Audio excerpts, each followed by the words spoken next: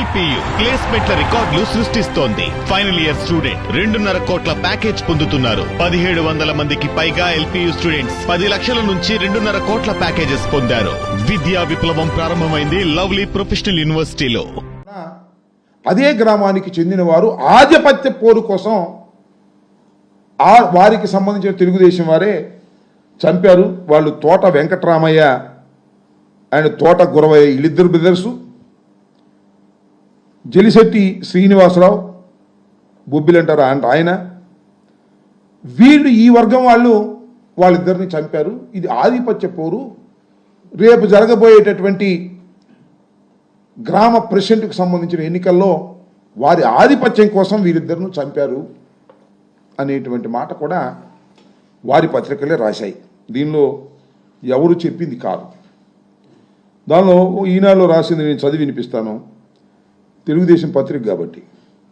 శనివారం వెల్దుర్తి మండలం బొందిలవీడిలో జరిశెట్టి వెంకటేశ్వర్లు కోటేశ్వరరావు అన్నదమ్ములు ఇద్దరిని కారులో ఢీకొట్టి హతమార్చారు. జిల్లా వాసులు ఉలిక్కి పడేలా చేసింది. సమస్యాత్మక గ్రామమైన వెల్దుర్తి మండలం గుండ్లపాడుపై ప్రత్యేక దృష్టి పెట్టకపోవడంతోనే హత్య జరిగాయని పోలీసులు వైఫల్యాన్ని పల్నాడు వాసులు ఎత్తి చూపుతున్నారు. ఇది పోలీసుల వైఫల్యం అనేటువంటి మాట చెప్పారు అక్కడ. మళ్ళా పక్కా నిఘా వైఫల్యం. ఈ నెల 21న జిల్లా ఎస్పీ కంచి శ్రీనివాసరావు గుండ్లపాడులో స్వయంగా పల్లె నిద్ర చేశారు. గ్రామంలో శాంతి భద్రతలకు విఘాతం లేకుండా ఉండాలని, ప్రశాంత వాతావరణంలో జీవించాలని హితబోధ చేసిన వర్గ పోరు ఆగలేదు. అంటే దిస్ ఇస్ ద వైఫల్యం, పోలీసుల యొక్క ఇన్ఎఫిషియన్సీ ఉంది అనేది ఈనాడు పత్రికలో రాస్తున్నారు. బహుశా ఎస్పీ గారు వాళ్ళకి నచ్చలేదు అనుకుంటా, తొందరలోనే ఎస్పీ గారిని ట్రాన్స్ఫర్ చేయాలనుకుంటున్నారో మరి ఏమో నాకు తెలియదు. అంటే పోలీసు వైఫల్యం వలన ఇది జరిగాయని చాలా స్పష్టంగా వాళ్ళు చెప్పారు. నేను ఎందుకు ఈ విషయం అంతా చెప్తున్నానంటే చాలా ఆశ్చర్యం. ఇరు వర్గాలు తెలుగుదేశానికి సంబంధించినవే, ఎప్పుడు వైసీపీకి సంబంధించిన వారు కాదు. ఈ తోట వెంకటరామయ్య వర్గం కానీ జవిశెట్టి వెంకటేశ్వర్ల వర్గం కానీ వీళ్ళిద్దరూ కూడా ఎప్పుడు వైఎస్ఆర్ కాంగ్రెస్ పార్టీకి సంబంధము లేనటువంటి రెండు వర్గాలు. ఈ రెండు వర్గాల ఆధిపత్య పోరులో ఒక తెలుగుదేశం వర్గం మరొక తెలుగుదేశం వర్గాన్ని చంపేస్తే వైసీపీకి ఏం సంబంధం అనేది ఇక్కడ ప్రశ్న. వైసీపీకి సంబంధం ఉందంట. ఈ హత్య కారణం మా పిల్లల రామకృష్ణారెడ్డి, పిన్నెల వెంకటరామిరెడ్డి వీళ్ళిద్దరూ కారణం అట. ఎఫ్ఐఆర్ పెట్టేశారు, రిజిస్టర్ చేసేశారు. ఏంటిది? రాజకీయ కక్ష కాదా అని అడుగుతా ఉన్నా. ఇది ధర్మమా అని అడుగుతా ఉన్నా. నేను చాలా సందర్భాలు చెప్పా, 307 పెట్టేస్తున్నారు. డెడ్ బాడీ లేదు కాబట్టి 307 పెడుతున్నారు. డెడ్ బాడీ దొరికితే 302 పెడతారు అని. వాళ్ళు డెడ్ బాడీ దొరికింది. తెలుగుదేశం వాళ్ళు నరుక్కున్నారు, చచ్చిపోయారు. 2 డెడ్ బాడీలు ఉన్నాయి. ఏం చేయాలి ఇప్పుడు? తెలుగుదేశం వాళ్ళ మీద కేసు పెట్టాలి, ఎవరు చంపారో వాళ్ళని పెట్టాలి. అట కాదంట. రాజకీయ కక్షతో రామకృష్ణారెడ్డి, వెంకటరామిరెడ్డి ఇద్దరు అన్నదమ్ముల్ని కూడా ఈ కేసులో పెట్టాల్సిందే అని పెట్టేశారు. ఎక్కడికి పోతున్నారని ఆలోచించేమని మనం చేస్తున్నా. పోలీస్ వ్యవస్థ ఎక్కడికి పోతా ఉంది?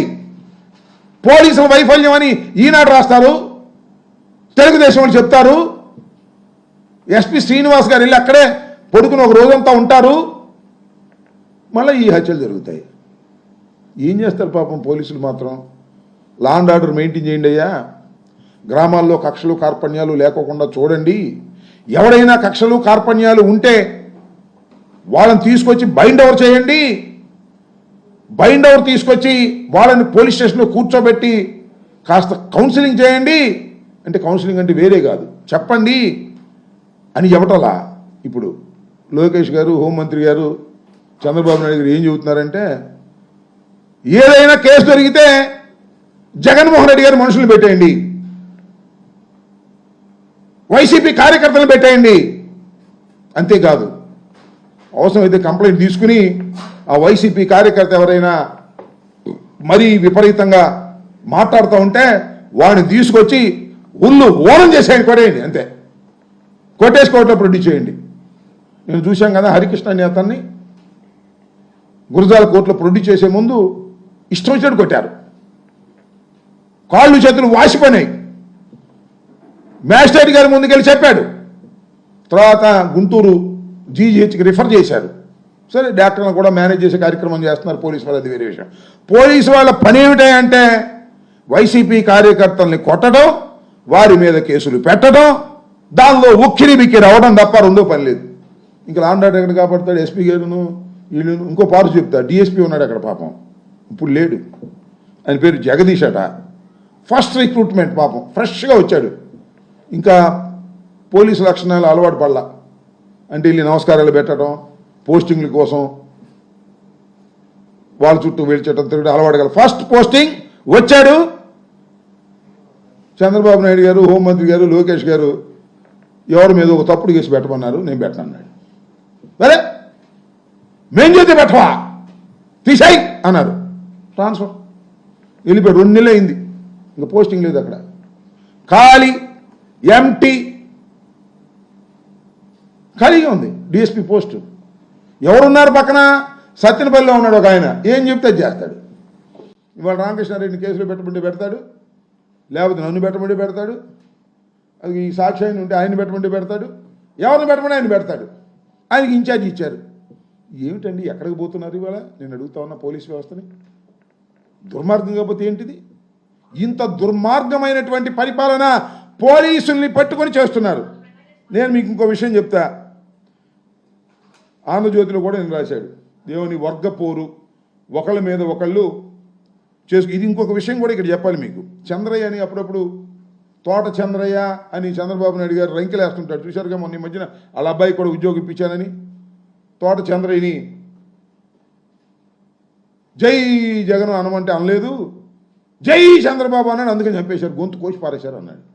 ఇదే గ్రామం ఆ తోట చంద్రయ్యది కూడా. తోట చంద్రయ్య మనుషులే వీళ్ళందరూ కూడా అటు ఇటు.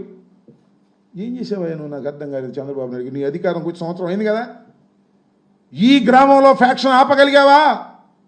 ఈ గ్రామంలో 2 దారుణ హత్యను ఆపగలిగావా? ఆపలేదు. నీ గొడవ నీదే ఏ కాడకి. నేను ఇంకొక విషయాన్ని కూడా చెప్తా. అక్కడ మర్డర్ జరిగింది కదా, ఆ రోడ్డు మీద వెళ్తూ ఉంటే పాపం వాళ్ళు స్కూటర్ల మీద వస్తుంటే దాన్ని ఢీ కొట్టారు, ఎగిసి అవతల పడారంట పాపం ఇద్దరును. తెలుగుదేశం కార్యకర్తలు గుద్దించి ఎవరిది? తెలుగుదేశం వాళ్ళదే. ఇదిగో పోలీసులు పట్టుకున్నారు అక్కడే. నేను ప్రత్యేకంగా చెప్పాల్సిన అవసరం. పోలీసులు వెళ్ళి స్పాట్లో చూశారు. దాని మీద ఏముందో చూసారా? జేబీఆర్. జేబీఆర్ అంటే ఏంటనుకున్నారు? పిన్నెల రామకృష్ణారెడ్డి అంట, జోలకంటి బ్రహ్మారెడ్డి కాదంట.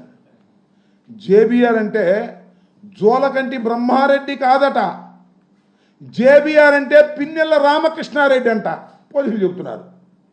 ఏమయ్యా జేబీఆర్ అని?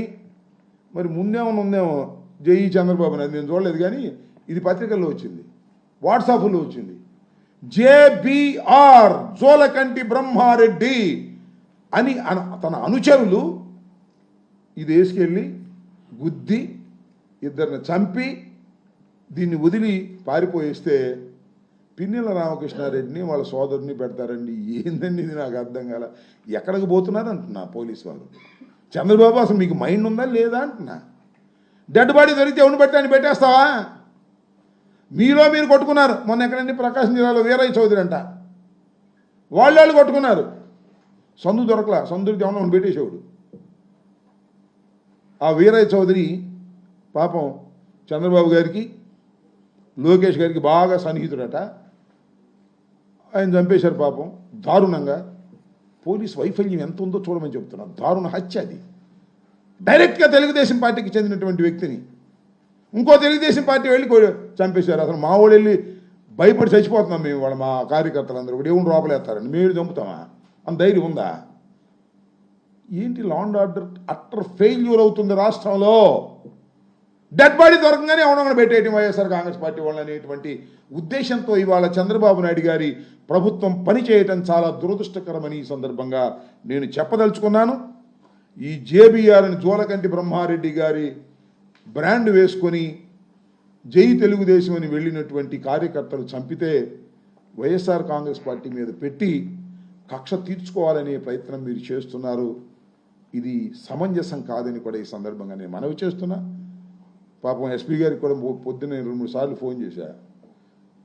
ఆయన పాపం ఫోన్ ఎత్తట్లా. ఫోన్ ఎత్తే మళ్ళీ ఆయనకి ప్రమాదం, ఎందుకు ట్రాన్స్ఫర్ అయిపోతాడా ఆ జగదీష్ అనే డిఎస్పీ లాగా. ఇప్పుడు కూడా నాకు అనుమానమే, ఎందుకంటే అతను కొద్దిగా మంచోళ్ళని చెప్పండి, నాకు కూడా ఇబ్బందిగా ఉంది. మంచోళ్ళని చెప్తే ట్రాన్స్ఫర్ చేసేస్తారేమోనని.